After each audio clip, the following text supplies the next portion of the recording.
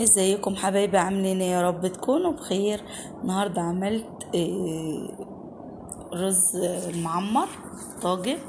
بس عايزه اقول لكم جميل قوي، وكمان فراخ مشويه وطاجن بطاطس حكايه. هنا طبعا اول حاجه طبعا تكون فرخه عندك او فرختين موجود عندك، مغسوله كويس ومنقوعه في ميه وليمون وملح. تمام. هنا طبعا خل وعصير ليمون والزيت وقرون شطة طبعا وبصل وتوم وبقدونس وكزبرة خضراء، هتفرق جدا في الطعم. تمام. بصل بودر، توم بودر، معلقة صلصة كبيرة، معلقة كاتشب. هنا طبعا التوابل، حبهان مطحون وكبابة صيني مطحونة، يعني المتاح عندك. تمام. اي توابل انت بتحبيها، بس الحبهان والكباب الصيني وجوز الطيب لازم. طبعا بصوا انا ضربت البصل مع الثوم مع الكزبره الخضراء والبقدونس، الحاجات كلها دي ضربتها. تمام كده. وخدت برضو قرن شطه وفرمته معاه. طبعا الصلصه هنا، معلقه الصلصه بصوا هضيف عليهم عصير الليمون والخل ومعلقه كاتشب كده، هتخليها حلوه قوي وجميله قوي. تمام. وحوالي كده معلقة زيت بالظبط، يعني مش كتير. وهنقلب الصوص ده ونحط بصل بودر، التوم بودر، البهارات كلها بقى، وملح. وزي ما قلنا البهارات اللي انت بتحبيها حطيها، ممكن تحطي السبع البهارات بتاعت كمانك الفراخ. تمام.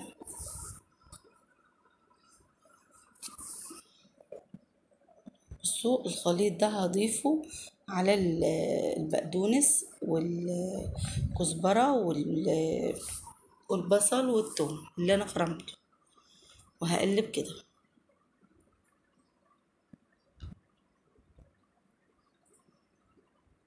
طبعا برضه هحط شوية تاني من الصوص.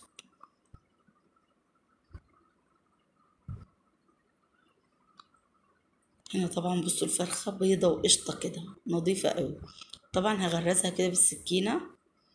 وطبعا في كل مرة انا بحب الفراخ المشوية ان انا اغرزها عشان طبعا طعم اللحم من جوه. بصوا بقى، عندك اي سرنجة طبعا بس تكون جديدة طبعا، بنتلفى زي كده ونحجنها. تمام. جربوا الطريقة دي جميلة قوي بصراحة، بتوصل للحم من جوه. انا طبعا عاملة فرختين عشان عندي عزومة، فانت ممكن تعمليها في فرخة واحدة عادي.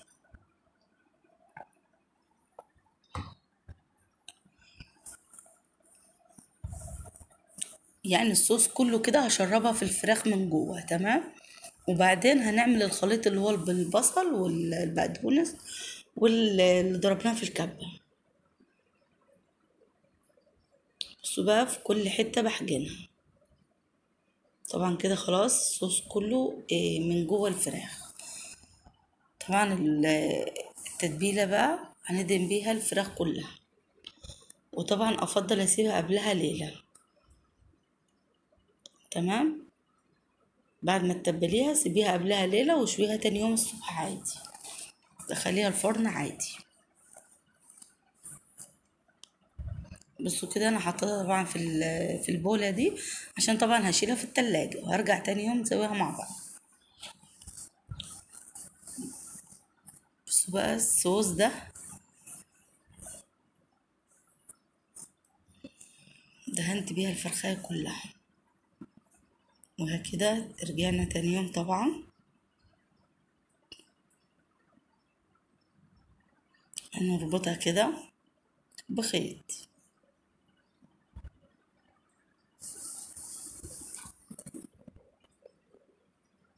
هنربطها كده عشان متاخدش مكان معانا في، طبعا احنا لما ادخلهم في الصينية في الفرن. حط اللايك يا قمر.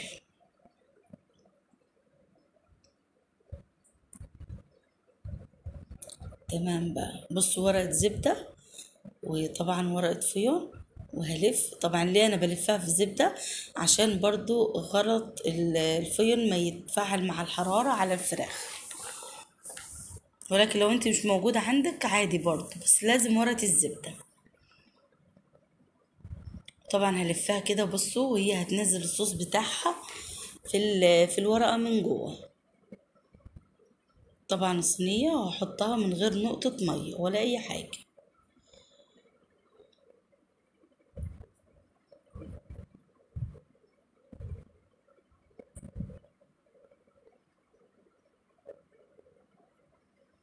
هدخلها طبعا في فرن الكهرباء، وهنرجع نشوفها بالظبط بعد ساعة، مش هتاخد اكتر من كده، ممكن تاخد نص ساعة كمان.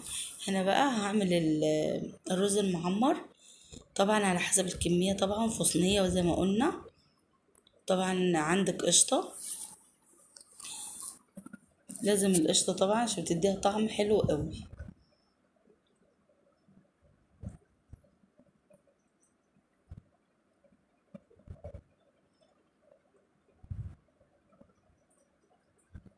تمام كده، بقلب كده.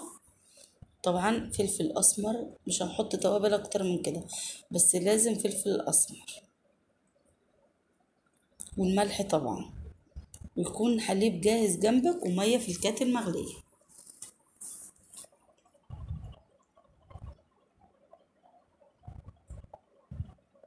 طبعا في الوقت ده انا مشغله الفرن عالي جدا، حطيت الحليب المغلي، وطبعا عندي ميه غليها في الكتل.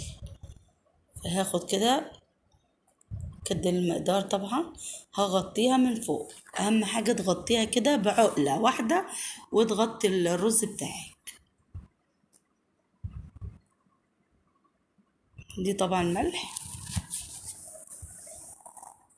وهقلب كده كويس جدا، وهدخله طبعا في الوقت ده هتكوني مولعه الشوايه والبوتاجاز من تحت عشان تتنفخ معاكي وتعلى وتعمل كده فم عالي و... وتاخد لون جميل قوي.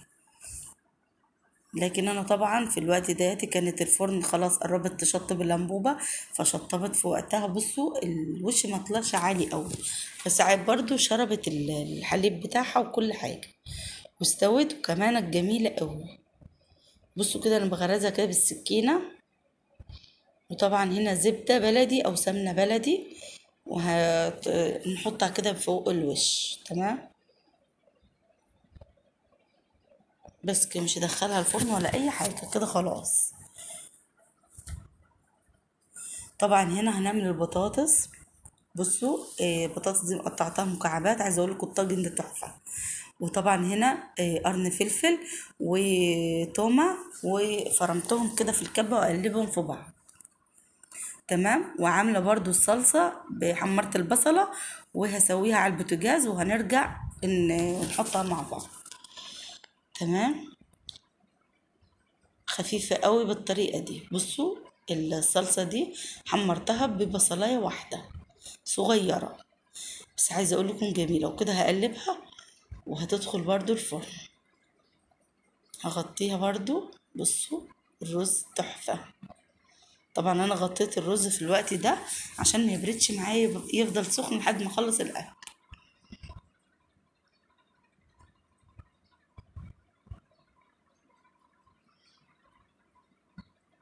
والطاجن البطاطس سويته بعد ما دخلته غطيته كده بالورقه الفوم. بصوا نزلت هي الميه بتاعتها الفراخ.